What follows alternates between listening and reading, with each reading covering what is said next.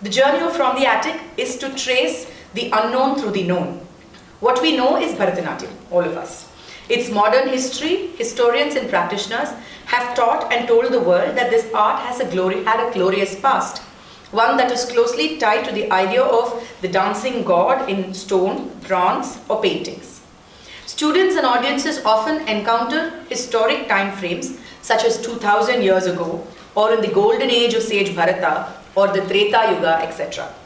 If this beautiful form of dance evolved solely from mytho-history, taught to sages by gods themselves, fructified as a solo form, and has stayed unchanged these long periods, that brings up many important questions amongst all of us, doesn't it? First of them being that many centuries ago, what was India really like? In what kind of an India did these arts grow and thrive? I started dancing Bharatanatyam from the age of 3. So by the time I was 15 or 16, I had questions in my mind because I'd already been performing for many years, and I had questions in my mind. Having learned from a hereditary guru, there was no opportunity to question her process, because the way they teach is they don't really, traditionally they don't allow you to question much of the process, right? So the questions were mounting. So when I had an opportunity to, of course, in the meantime, I was also trained, I was training under Sri T.S. Parthasarathy, who was a great musicologist and who had served as the Secretary of Music Academy for over 30 years. So he had instilled a sense of academia in my mind, to look at dance from an academic perspective. However, when I went back to my classroom, I was always every day told that no matter how much you study dance, it ultimately lies in the practice. Your kidathaka tarikiditham and tattimettu and taiha tehi, that's what defines you as a dancer. So you can read about dance till the cows come home, as they say, but you have to be able to do the kidathaka tarikiditham. So these two parallelly happened. However, when I had the first opportunity to engage with dance academically, I took the opportunity and I did a master's program in Bharatanatyam. When I did that master's program, we had to do a project work. By which time I'd already had all these questions, and being from Tamil Nadu and a big devotee, I won't even say a devotee of dance, but an ardent bhakta of the Tanjore tradition and Tanjore. The big temple in Tanjore was my be-all and end-all, and therefore Rajaraja Chola, I'm sure you've heard of the name, the great Emperor Rajaraja, him and his time within the space of dance, because somehow I kept thinking it's his time that's sort of the epitome of dance history. So I said, I have to, it's the holy grail of dance, so I must research on only the Cholas and look at what Cholas could bring to dance. However, when I started doing my master's project, one of the great revelations for me was it was impossible for me to go from what I already know, which is my Bharatanatyam with my Adavurs, my Padams, Javalis. From here to jump to Cholas was impossible, for the simple reason that we have over 1,000 odd years that's separating us. And in order for me to even get to the Chola era and understand and comprehend, apart from the history, if I have to comprehend anything from that era, I need to do a step-by-step reverse, engineering of sorts. So as I was tumbling through Chola and other eras, I just stumbled upon the Nayak era, and the Nayaks ruled the Tamil country. I'm saying Tamil country because it's not geographically what we today understand as Tamil Nadu. It also encompassed a bit of Andhra, a bit of Karnataka and Kerala as we speak. So the Tamil country was ruled by the Nayaks, who were feudatory kings under the Vijayanagara, the great Vijayanagara Empire. Of course, the Vijayanagara Empire parallelly existed during the Mughal times. So you can imagine the period. It's later medieval era. And they ruled for about 250 years, nothing too significant according to me. So I just brushed them aside and I said, what can these people have really contributed? So it either had to be the Cholas, or next you come to the Marathas, because you have the Tanjore Quartet and all of these other great composers from this era.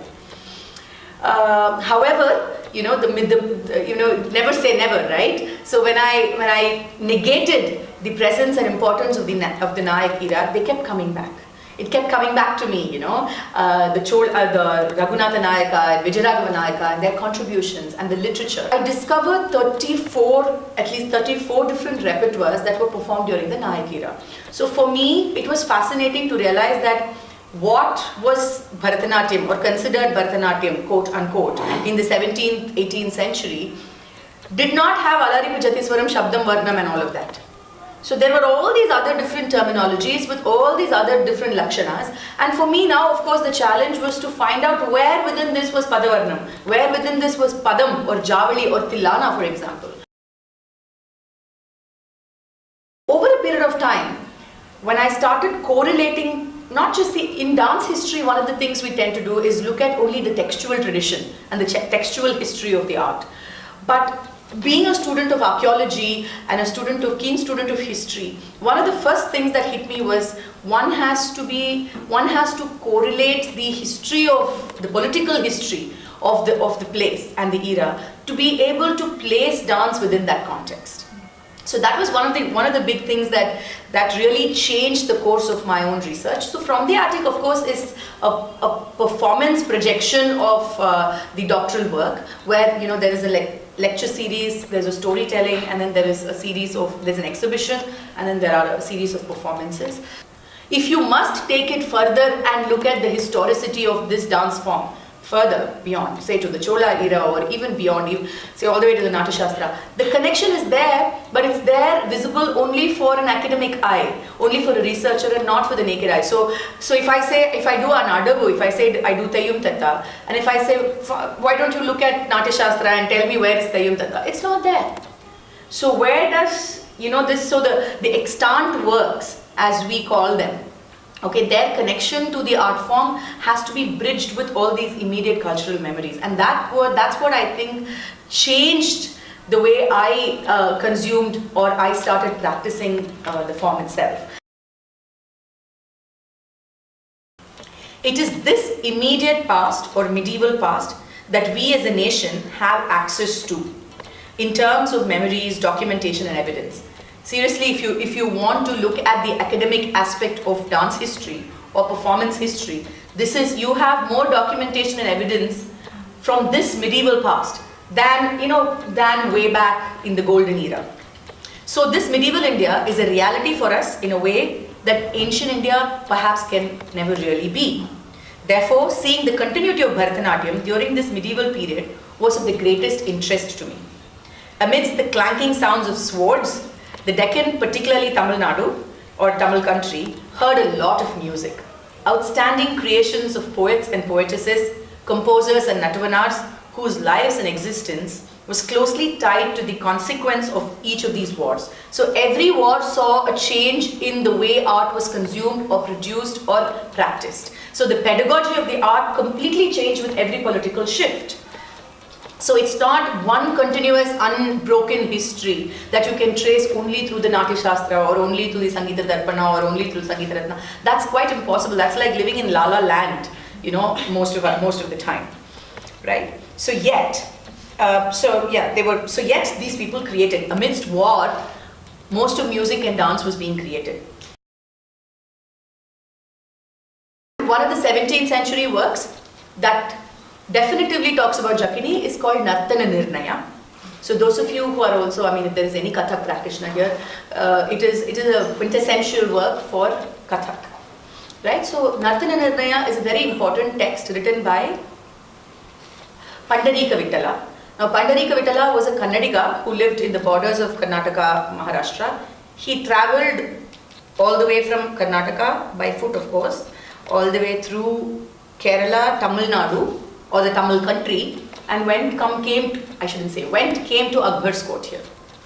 Okay, and he was patronized by Akbar. He was called a favorite of Akbar, and he is supposed to have also sung a lot of compositions and created. Now, Nartana Nirnaya is a composite work on music and dance of that era. So a lot of Hindustani music also takes its precedence from this work.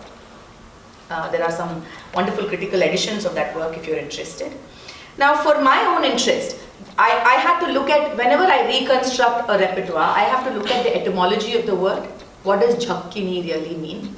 And then I have to look at its associated history, whatever is available, right? So there was all these texts that talk about Jakkini. And one of the things, and you know most of these traditional texts, literatures give you sutras, right? They talk about everything in 2 lines, or in Lakshanas are perhaps 4 lines, right? They tell you a Jakkini has to be in Yavana Bhasha, and it is the favorite of the Yavanas. This is one of the common things that every text told me, starting from 10th century, from Brihadeshi to 17th century Nartananaya, over 700, 800 years. Every time Jakkini or Jakkadi was spoken about, it said it has to be in the Yavana Bhasha. Now what is Yavana Bhasha? That's the next question, right? So Yavanas are traditionally invaders or foreigners. In South India, we have a tradition of calling the Arabs and later on the Greeks, the Romans, all of them are called Yavanas. Yavana literally, now you shouldn't confuse it with the Sanskrit word Yavanika, which means a screen, a curtain, right? Yavana here literally means a foreigner, right? Like Firangi. Have you heard of the term Firangi? Yeah, Firangi literally is the name for Parangi in Tamil, which is Portuguese invaders. Parangi, Portuguese, right? So Firangi. So similarly, Yavana is the term for any foreigner. But why is my Yavana a Persian? That was because I had arrived at the theory that my Yavana, the Yavana of Jakkini, are Persians. Because the Jakkini, there are about 19 Jakkini prototypes that we find in various manuscript libraries.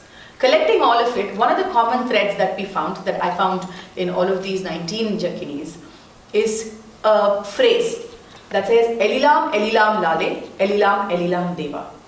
Now, until I had embarked upon this research, there were a few other researchers before me from Mumbai and from Chennai, and who had written about Jakkini, and they had said that these are Sholakatas. You know what Sholakatas are, right? Like Takadimi, Takajono. So these are meaningless syllables or Pratisushkaksharams. And therefore that closed the matter, right? Because then it becomes like any other composition. It's just that Jakkini will have Elilam, Elilam. So they were doing Elilam, Elilam and all of that. But I had to find the Yavana Bhasha.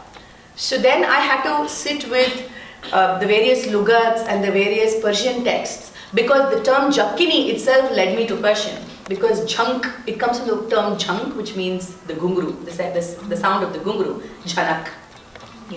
Jakkadi also in Persian means to hold, to arrest, to hold, right? So, and these two terminologies are a South Indian or a South Indianized Persian understanding. It's called, it's called Dhakkini Urdu, okay, but the Dhakkini version of Persian, okay, had these ini, ani. Even today if you go to Hyderabad, when they speak even Telugu, they have all these ini and ani as suffixes and prefixes. All of this is a Persian influence, right? Because it was a huge Nawabi culture back then.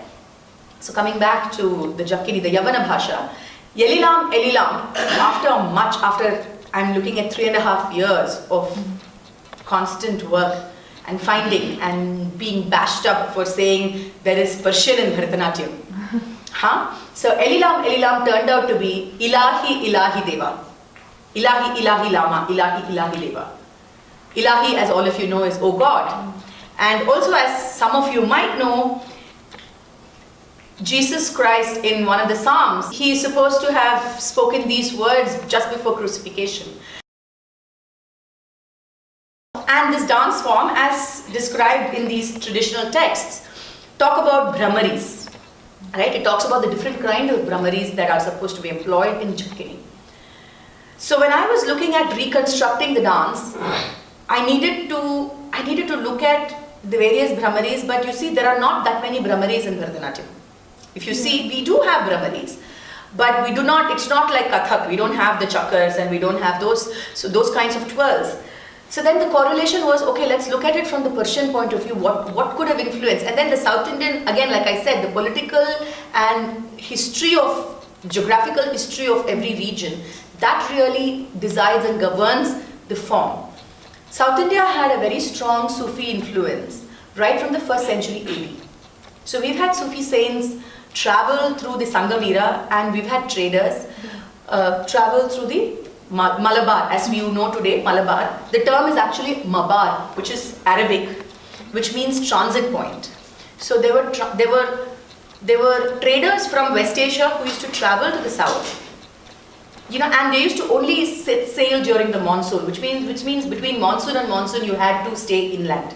So even today, in down south, in the tip of South India, in the peninsula, you have villages where there are descendants of Cairo Muslims. There are descendants of different parts of the world, and traders and communities who trace their origin to those places and not the south. They are Tamil speaking. They do look like us because they're mixed obviously with the existing race over there, right? So these interesting facts also led me to look at Brahmaris from the point of view of the Persian consumption. And it also said that even before Akbar is much later, but the Delhi Sultanate, in Sri Rangam, which is one of the very important temples in South India, there is a 12-volume document called the Kovilodadu, which is a humongous everyday documentation of the temple traditions and the temple happenings. In that, there was one reference. It said, when the Delhi Sultanate, which is under Malik Kafur, when Alauddin Khilji brought back as part of his war booty, when he brought back the Utsava deity, or the small deity of Sri Ranga Perumal, called Alagiya Manavadar, back to Delhi, and he locked it up here. It's a deity made out of Panchaloka, so it's beautiful. So he just brought it back. It's valuable. So he brought it back. A delegation of Devadasis, along with the Arayas, who are the male performers from the south, they came to Delhi, and lo behold, for me, it said they performed Jakini to please the Sultan. And the Sultan was pleased, and he said, "What do you want?" And they said, "We want back this. Take everything else, just give us back this one idol." He said, "Okay, go ahead, take it." And that's how the idol travels back to South India.